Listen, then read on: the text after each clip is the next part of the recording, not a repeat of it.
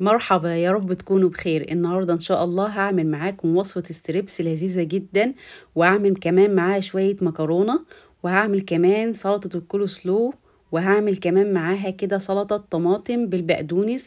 حاجة كده وهم من الاخر. يلا تابعوا معايا الفيديو. بقى معانا هنا في تتبيلة الستريبس، معايا هنا 400 جرام من اللبن الرايب، هنزل بيه كده في الطبق. هنا كمان بيضة هنزل بيها كده، ومعايا شطة سايلة وده اختياري في حدود نص كوباية كده، طبعا ده اختياري، اللي مش عايز يحط ما يحطش. ومعايا بقى التوابل اللي عندي هنا، معايا هنا توابل الفراخ، ومعايا بابريكا، ومعايا بصل باودر وتوم باودر، وهكتب لكم كل حاجة تحت في صندوق الوصف. ومعايا كمان ملح هنزل بيهم كده على السوائل كده. ومعايا هنا دقيق هكتب لكم كل الكمية تحت. ومعايا كمان معلقتين كبار من النشا. ومعايا هنا توم مفروم معلقة صغيرة.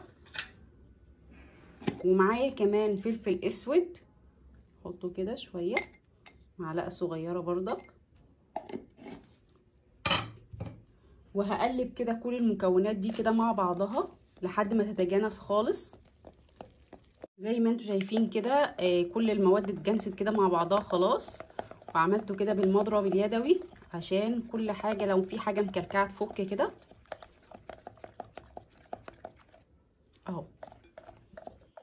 جبت سباتيولا بقى وهطلع كده من تحت لفوق عشان لو في اي حاجة مكلكعة تفك معانا كده اهو.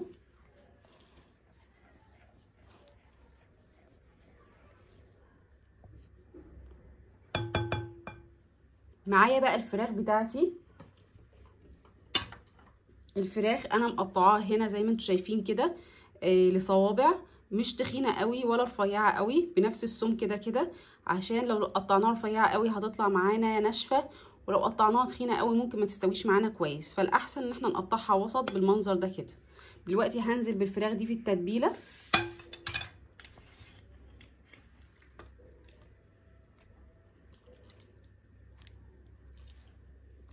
نزلت في الفراخ في التتبيله كده. هعمل بقى كده ايه،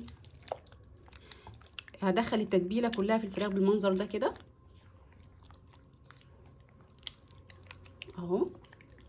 طبعا ممكن تعملوها برضك لو لابسين جاونتي او كده، بس انا ما كانش عندي جاونتيات بصراحه، فعملتها بالسباتيولا كده بالمنظر ده اهو. خلصت الفراخ اهو كلها. دلوقتي بقى هدخلها التلاجة لمده ساعتين، والاحسن طبعا هدخلها ليله كامله. دلوقتي هغطيها بقى بالبلاستيك راب، وانا هخليها ليله كامله في التلاجة. هقلي الستريبس بتاعي. معايا هنا كورن فليكس انا ضرباه في الكبه خشن بالطريقه دي، ومعايا كمان شيتوس انا حبيت كده اجربه معاكم. يلا بقى نشوف هنعمل ايه. بقى هاخد كده الستريبس بالمنظر ده، وهنزل فيه بيه كده في الكورن فليكس بتاعي كده، واثبته عليه كويس جدا اهو. انتوا شايفين كده.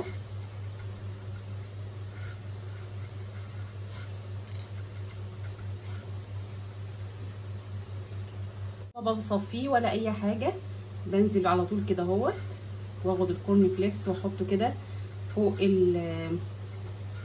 الستريبس اهو. كل واحده اعملها احطها جنبي في طبق عشان انزل بيهم مره واحده في الزيت.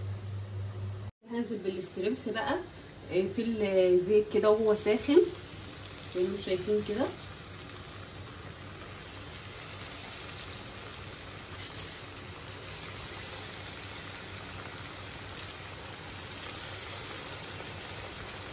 واول لما ياخد لون كده ذهبي هقلبه على الناحيه التانية على طول.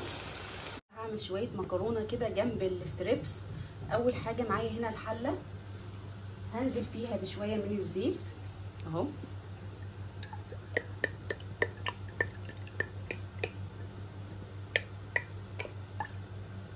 هنا بصلايه مبشوره كده ناعم هنزل بيها في الزيت كده.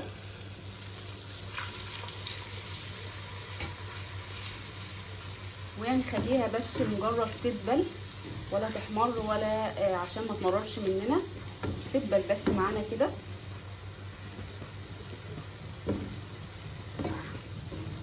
ونكون بشرينها ناعم بالشكل ده.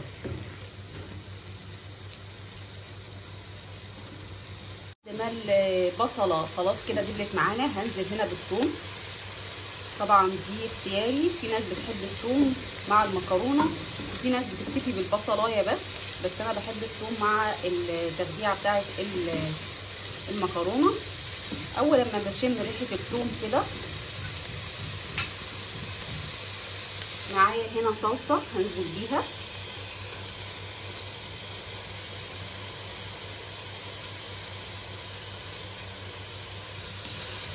وهقلبها كويس مع الثوم والبصل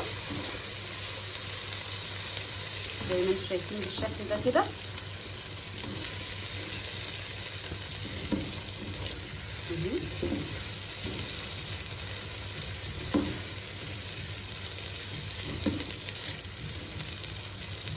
لما خلصت بقى هحط دلوقتي التوابل. معايا معلقتين متوسطين من الكمون، ومعايا هنا معلقه من مرقه الدجاج، ومعلقه صغيره من الفلفل الاسود والبابريكا، وكمان معايا بهارات لحمه هنزل بيها كده.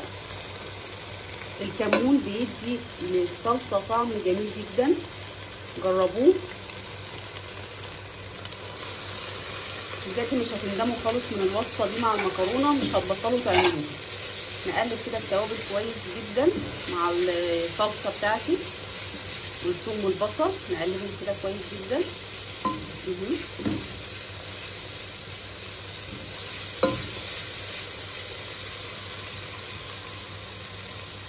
معايا 4 معالق من الخل هنزل بيهم ونقلبهم كويس.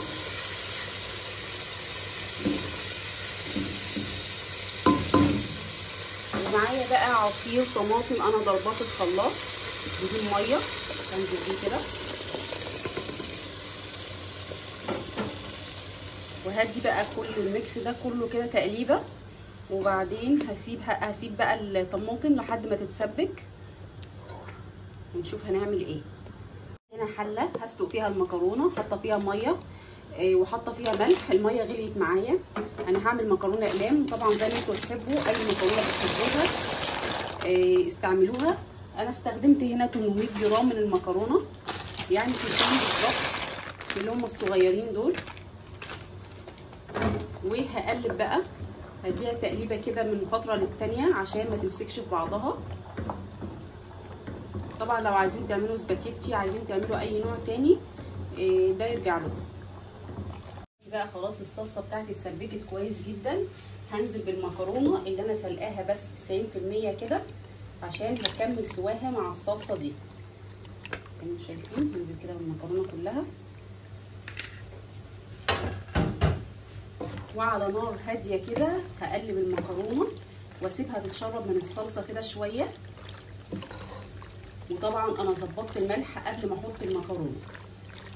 اقلب كده من تحت لفوق كويس عشان الصلصه تدخل في كل المكرونه كده. بقى هعمل معاكم سلطه كول سلو اللي هي هقدمها مع الستريبس النهارده. معايا هنا الكرنب اللي هو بيبقى زي ده كده، بيبقى متداخل كده مش زي الكرنب العادي، هو اصلا مخصص للسلطات بتاع الكول سلو او كده، هتلاقوه في اي سوبر ماركت. ومعايا كمان جزر انا مقطعاه هنا شرايح تمام. هاخدهم كده، هاخد نص مثلا الكرنبايه ديت واضربها في الكبه مع الجزر وطلعت بالمنظر ده. تنعموهم تخشنوهم زي ما انتوا عايزين حسب ما انتوا بتحبوا يعني. ومعايا كمان مايونيز، المايونيز دوت في حدود مثلا 7 معالق. ممكن ناخد نص الكميه مايونيز ونص الكميه زبادي، مفيش اي مشاكل خالص. انا استخدمت النهارده كل الكميه كده بالمايونيز. اول حاجه هحط المايونيز كده، حطيت المايونيز هحط كده 5 معالق كبار من السكر، ممكن نستبدلهم بالعسل.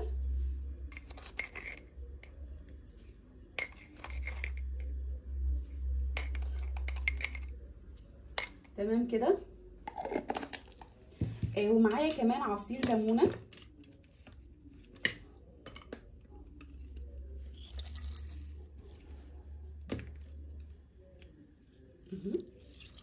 طبعا في ناس بتحب تحط بصل مع الكرنب، تضربه مع الكرنب والجزر، بس انا بصراحه ما بحبوش قوي يعني، فما حطيتوش مع الميكس بتاعي ده. دلوقتي هحط كمان معلقتين من خل التفاح، وده اختياري، حابين تحطوا حطوا، مش حابين عادي برضك، او ممكن الخل العادي بتاعنا.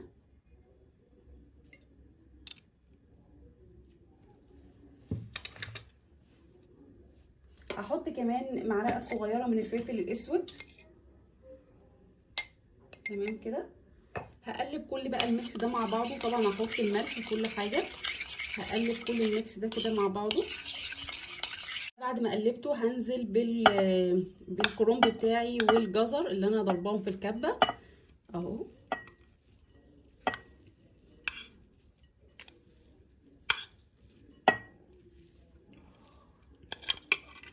كل الميكس كده مع بعضه، وبعدين هغطيه بالبلاستيك راب واسيبه كده شويه في التلاجة لحد ما يسقع، لان السلطه دي من الانواع اللي بتتاكل بارده، ما بتتاكلش يعني سخنه. كل واحد وحسب ذوقه، هتعجبكم قوي، جربوها، وبجد لما ما تحطوش عليها بصل هتعجبكم قوي، وطبعا ده حسب الذوق والاختيار طبعا. وده بقى بعد ما خلصت الوصفه بتاعتي، شايفين الستريبس شكله جميل ازاي، واخد لون رهيب، وعملت كمان معاه شويه مكرونه كده، وعملت سلطه كول سلو، وعملت شويه سلطه طماطم كده مع البقدونس حاجه كده. شايفين، بصوا شايفين مستوي من جوه ازاي، بجد رهيب جدا وهيعجبكم قوي. شايفين بقى، ولا ناشف ولا اي حاجه، واخد سوا مظبوط جدا، واللون حاجه كده روعه. طبعا بقى كده بقى نكون وصلنا لنهايه الفيديو. لو عجبكم الفيديو ما تنسوناش من اللايك والشير والسبسكرايب، ولو عايزين اي وصفه جديده يا ريت تكتبوا لنا في الكومنتات، واشوفكم بالف خير. مع السلامه.